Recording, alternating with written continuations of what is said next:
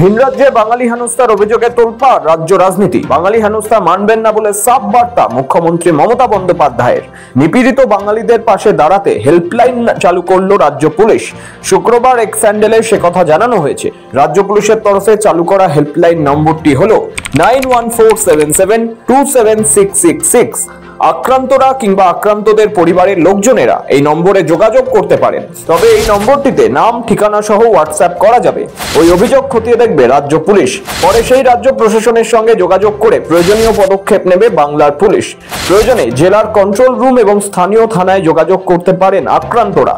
তবে পরিযায়ী শ্রমিকদের সহায়তায় রাজ্য পুলিশের এই নতুন হোয়াটসঅ্যাপ হেল্পলাইন ঘোষণার পরই রাজনৈতিক তরজা তুঙ্গে। পুলিশের উদ্যোগের পাল্টা ইমেল আইডি দিয়েছেন বিরোধী দলনেতা শুভেন্দু অধিকারী। সোশ্যাল মিডিয়ায় ইমেল আইডি প্রকাশ করে তিনি অভিযোগ করেন, পুলিশের এই উদ্যোগ আসলে রাজনৈতিক উদ্দেশ্য প্রণোদিত। শুভেন্দু অধিকারীর মতে এই হেল্পলাইন বাস্তবে বিভ্রান্তি ছড়ানোর হাতিয়ার। তার দাবি, ভারতের কোনো প্রান্তে হিন্দু বাঙালি বা হিন্দু শরণার্থীরা সমস্যার সম্মুখীন হচ্ছেন না, বরং পশ্চিমবঙ্গে হিন্দু বাঙালিরাই পুলিশি হেনস্থার শিকার। তিনি আরো লেখেন, যারা পশ্চিমবঙ্গে পুলিশি হেনস্থার শিকার হচ্ছেন তারা ইমেল করতে পারেন, শুভেন্দু অধিকারী তাদের পাশে থাকবেন। শুধু তাই নয়, তিনি আরো জানান, পশ্চিমবঙ্গের কোনো সচেতন নাগরিক যদি রোহিঙ্গা বা অনুপ্রবেশকারী বাংলাদেশি মুসলমানদের খোঁজ পান তাহলে সেই তথ্য ইমেলে পাঠানোর অনুরোধ করেন। তিনি সেই তথ্য সঠিক জায়গায় পৌঁছে দেবেন। তবে এই হেল্পলাইন নম্বর ইমেল সামনে আসতেই তুঙ্গে রাজনৈতিক তরজা। পুলিশ এখন মমতা বন্দ্যোপাধ্যায় ধ্যাতানিধিটা পলিটিক্যাল স্ট্যান্ডবাজি পুলিশের। পুলিশ যদি পশ্চিমবঙ্গে আইন শৃঙ্খলা মানতো তাহলে এই অবস্থা হতো না। আজকে পশ্চিমবঙ্গে এত অবৈধ অনুপ্রবেশকারী কার জন্য? পুলিশের জন্য।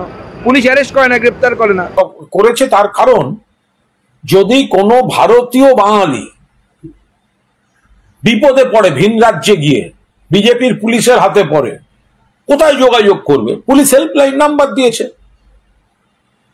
আর বিজেপি যেসব নাম্বার দিয়েছে ভুলেও ফোন করবেন না, কারণ ফোন করলে আপনার লোকেশন ওরা ট্রেস করে নেবে, আরো বেশি করে পুলিশ দিয়ে তুলে এনে বাংলাদেশে পাঠাবে।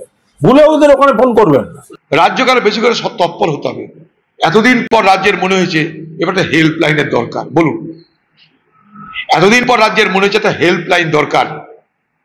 সেই হেল্পলাইনে সাহায্য চাইলে বিপদগ্রস্ত মানুষকে পশ্চিমবঙ্গের পুলিশ সাহায্য করবে, এখন সেটা বলা হচ্ছে। তাহলে কি দাঁড়াচ্ছে? ঘটনা ঘটে যাওয়ার পর সরকার বিজ্ঞ হচ্ছে, জ্ঞানী হচ্ছে। চুরি করার পর সরকার সতর্ক হচ্ছে।